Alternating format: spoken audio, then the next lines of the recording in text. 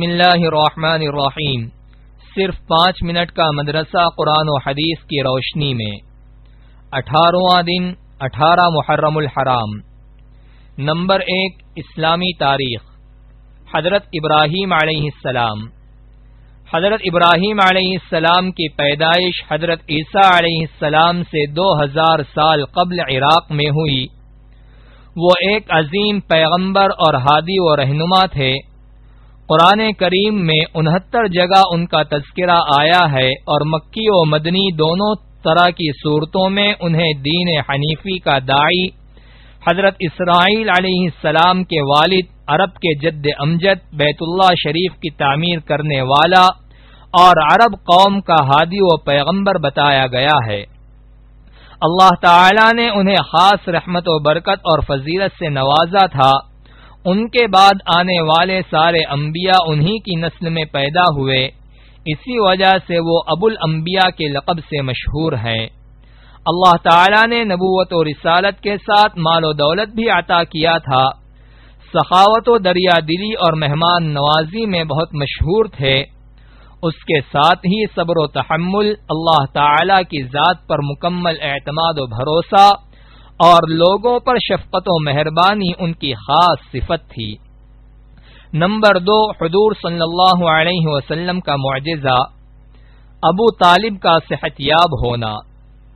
ایک مرتبہ چچا ابو طالب بیمار ہوئے تو آپ صلی اللہ علیہ وسلم ان کی عیادت کے لیے گئے۔ ابو طالب نے فرمایا، اے بھتیجے، اپنے رب سے دعا کرو کہ وہ مجھے عافیت بخشے۔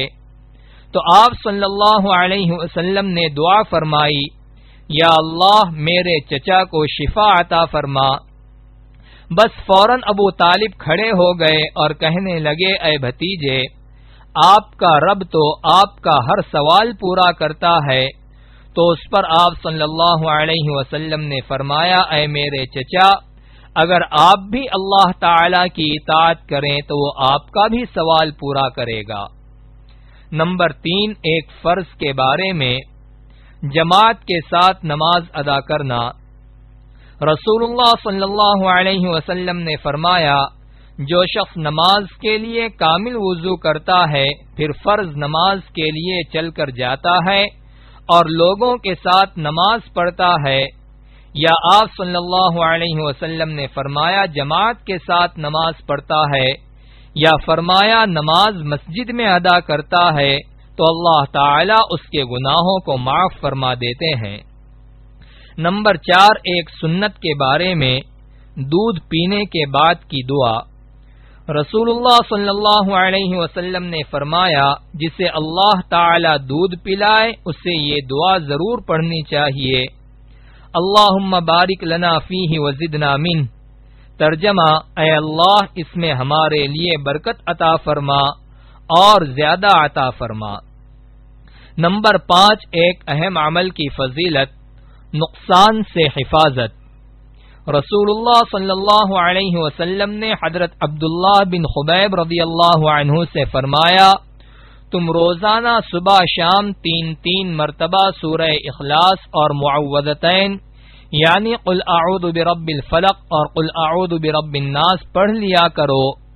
یہ صورتیں ہر نقصان دینے والی چیز سے تمہاری حفاظت کا ذریعہ ہوں گی۔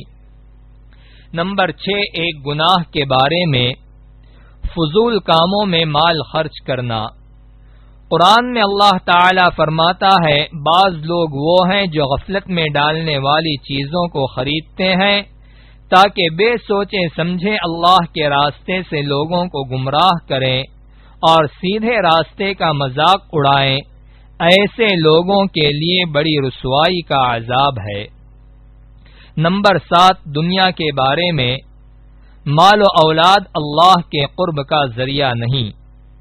قرآن میں اللہ تعالی فرماتا ہے، تمہارے مال اور تمہاری اولاد ایسی چیز نہیں جو تم کو ہمارا محبوب بنا دے، مگر ہاں جو ایمان لائے اور نیک عمل کرتا رہے تو ایسے لوگوں کو ان کے اعمال کا دگنا بدلہ ملے گا اور وہ جنت کے بالا خانوں میں آرام سے رہیں گے۔ نمبر 8 آخرت کے بارے میں، جہنم کے ہتھوڑے کا وزن۔ رسول اللہ صلی اللہ علیہ وسلم نے فرمایا، اگر جہنم کے لوہے کا ایک گرز زمین پر رکھ دیا جائے اور اس کو اٹھانے کے لیے تمام انسان اور جنات مل جائیں تب بھی اسے زمین سے نہیں اٹھا سکیں گے۔ نمبر 9، طب نبوی سے علاج۔ بیمار کے لیے جو مفید ہے۔ ایک مرتبہ ام منذر کے گھر پر رسول اللہ صلی اللہ علیہ وسلم کے ساتھ حضرت علی کھجور کھا رہے تھے تو رسول اللہ صلی اللہ علیہ وسلم نے فرمایا، اے علی بس کرو، اس لیے کہ تم ابھی کمزور ہو۔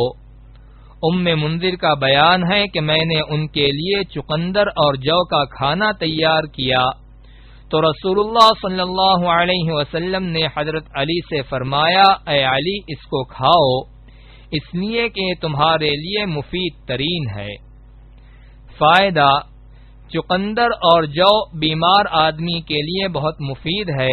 چقندر خون کو صاف کرتا ہے اور جو کمزوری کو دور کرتا ہے۔ نمبر 10، نبی صلی اللہ علیہ وسلم کی نصیحت۔